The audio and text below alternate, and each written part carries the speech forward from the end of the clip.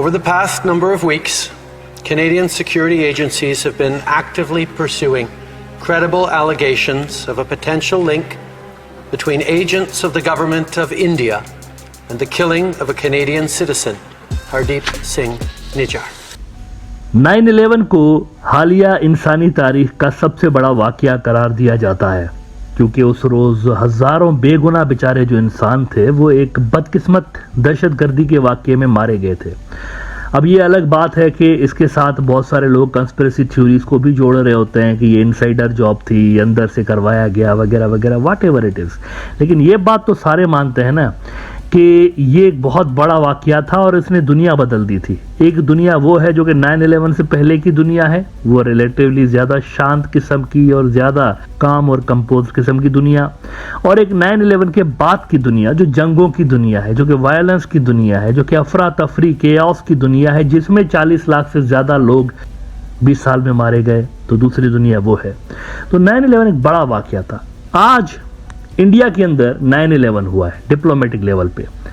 आज का जो दिन है ना, ये इंडिया की डिप्लोमेटिक हिस्ट्री में 9/11 के तौर पर याद रखा जाएगा। एक बहुत बड़ा तारीखी वाकया पेश आया है।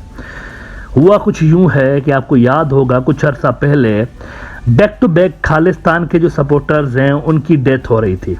मतलब एक वाकया पाकिस्तान में पेश आया, वहाँ पर खालिस्तान का सपोर्टर कोई था, वो मारा गया। वो था पाकिस्तानी शहरी, सिटीजन पाकिस्तान का था, वो मारा गया। उसके बाद यूके के अंदर पुरस्कार हालात में हॉस्पिटल के अंदर कोई और जो खालिस्तान का सपोर्टर था वो भी मारा गया। लेकिन कनाडा के अंदर भी एक बड़ा खालिस्तानी सपोर्टर था, एक्टिविस्ट था, जो कि था कैनेडियन सिटीजन, वैसे इंडियन नहीं कैनेडियन सिटीजन था। उसका नाम था हरदीप सिंह निज्जार। वो मारा गया था। तो ये बैक टू बैक जो है 2-3 हफ्तों के अंदर अंदर 3-4 बड़ी हाई प्रोफाइल किलिंग्स हुई थी खालिस्तान की तंजीम को लेकर। और इसके बाद हाईली एनर्जेटिक हो गए थे हिंदुत्व के गुंडे, आरएसएस के दहशतगर्द, बड़ा हाईली वो कहते हैं ना चार्ज हो गए थे। और इंडिया का मीडिया तो उछल रहा था कि ये सारी दुनिया को मैसेज दिया है मोदी सरकार ने कि आप कहीं पर भी सुरक्षित नहीं है अगर आप इंडिया के खिलाफ हैं तो। लेकिन इसके साथ साथ एक और भी वाकया पेश आया था। आपको याद होगा कि टेम्पल्स जो हैं मंदिर, अचानक से इंडिया से बाहर जो हिंदू टेम्पल्स हैं उनके ऊपर हमले बढ़ गए थे।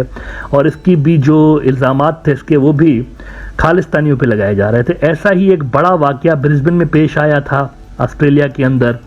वहाँ पर किसी हिंदू टेम्पल पे हमला करके उसके ऊपर जो है वो खालिस्तान के नारे लगाए गए थे और ये सारा कुछ हुआ था। और मोदी जब ऑस्ट्रेलिया जा रहा था तो उस रोज़ भी कहीं ऐसा वाकया पेश आया था।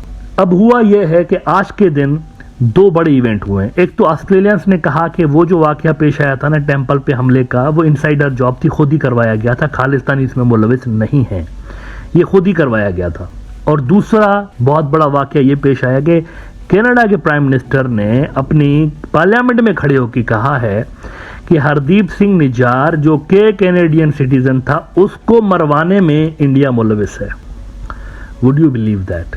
ये बहुत बड़ा वाकया है कि कनाडा के सॉइल पे कैनेडियन सिटीजन को मारने में इंडिया मुलविस है। अब देखें, अगर ओसामा बिन लादेन यही हरकतें करता है तो उसको तो दहशतगर्द कहा जाता है ना, और राइटली सो, किसी को हक नहीं पहुंचता किसी बेगुनाह को मारने का। तो अगर वेस्ट की डिक्शनरी में ओसामा बिन लादेन इसलिए दहशतगर्द है क्योंकि उसने अमेरिका के सॉइल पे अमेरिकन को मारा, तो आप बीजेपी और मोदी सरकार को वेस्ट की डिक्शनरी में क्या कहेंगे? उन्होंने कनाडा की सॉइल पे कैनेडियन सिटीजन को मारा बकौल उनके, and they have the solid evidences. एक दिन में ये बैक टू बैक डेवलपमेंट्स हुई हैं, एक ही दिन में। ऑस्ट्रेलिया वाली भी डेवलपमेंट, उन्होंने कहा इनसाइड जॉब था, हिंदू हैंड उन्होंने कहा कि इसमें था।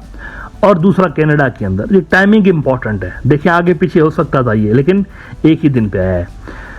द वायर ने खबर लगाई है कि Australia documents released by police point two Hindu hand in temple wall defacement. और ये जो मामला है यहाँ तक नहीं है, कनाडा ने इमीडिएटली तमाम अपने जो इत्तेहादी हैं, वेस्टर्न इत्तेहादी, उनके साथ कांटेक्ट किया है, G7 वालों के साथ खास तौर पर, जो कि ब्रिक्स का राइवल है। G7 वालों के साथ उन्होंने कांटेक्ट किया। अमेरिकन ने उनको फुल सपोर्ट का यकीन दिलाया है।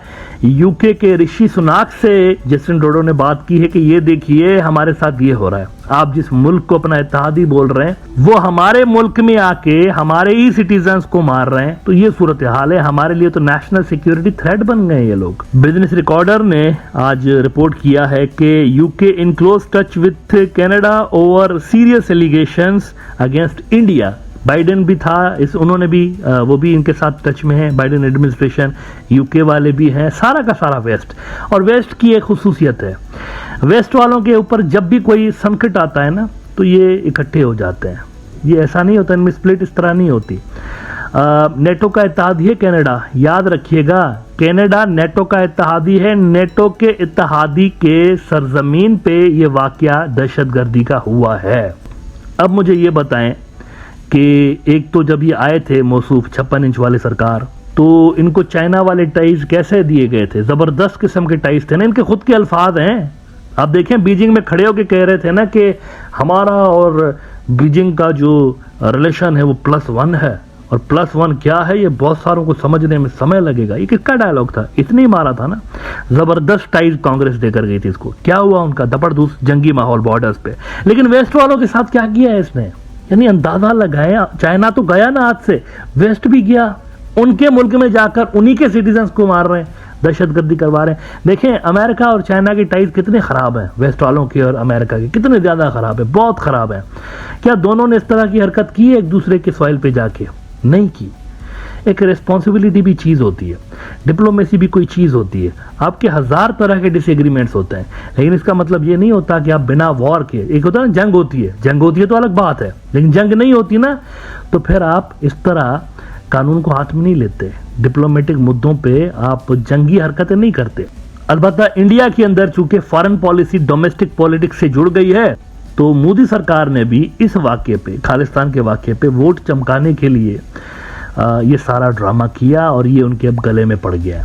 आज कनाडा ने इंडिया के जो टॉप डिप्लोमेट थे उनको किक आउट कर दिया, निकलो इधर से बोला, और वहां से इंडियंस ने भी कनाडियन डिप्लोमेट को किक आउट कर दिया कि आप भी निकलो फिर। और ये जरा वीडियो देखिएगा, अभी आपको एक वीडियो दिखाता हूं। कनाडा का जो हाई कमिश्नर है, हाई कमिश्नर यानी उनका एम्बेसडर समझें, उनको बुलाया गया आज जयशंकर की ऑफिस ने, मिनिस्ट्री ऑफ फॉरेन अफेयर्स, वहां बुलाया गया। और ये जो क्लिप दिखा रहा हूं आपको अभी, ये वहां से वापसी की क्लिप है।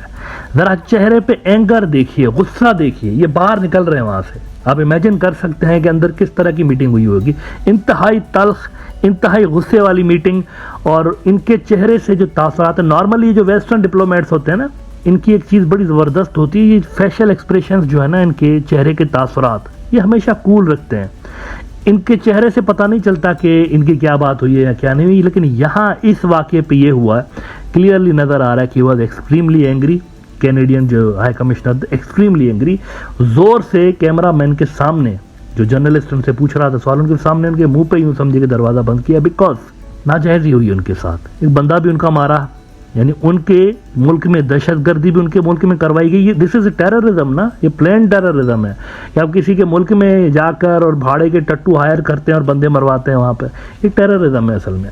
तो उनके मुल्क में दहशतगर्दी भी आपने उनके मुल्क में करे और सुना भी उनको रहे आप ऊपर से, तो इस पे तो कोई भी खुददार मुल्क जो है वो टॉलरेट नहीं कर सकता। और ये बहुत बड़ा एक वाकया हुआ है आज, इसके दूर रस नतायज होंगे।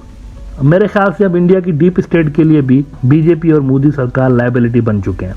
अगर ये रहे पावर में तो मेरा नहीं ख्याल कि इंडिया और वेस्ट की टाइज में कोई फ्यूचर है, कुछ भी नहीं है, फिर ये तबाह होंगे टाइज, बल्कि हो चुके हैं ऑलरेडी, तपड़दूस हो चुके हैं। और ये बात वैसे मैंने 2-3 साल पहले से ही करता चला आ रहा हूँ कि वेस्ट और हिंदुत्व जो है ये मिसफिट है, ये एक दूसरे के लिए मिसफिट हैं, इनका इत्तेहाद चलने वाला नहीं है। और आज आपने देख लिया कि इसका फॉल आउट हुआ है, बेसिकली यहाँ से कोई रास्ता नहीं है, डेड एंड आ चुका है।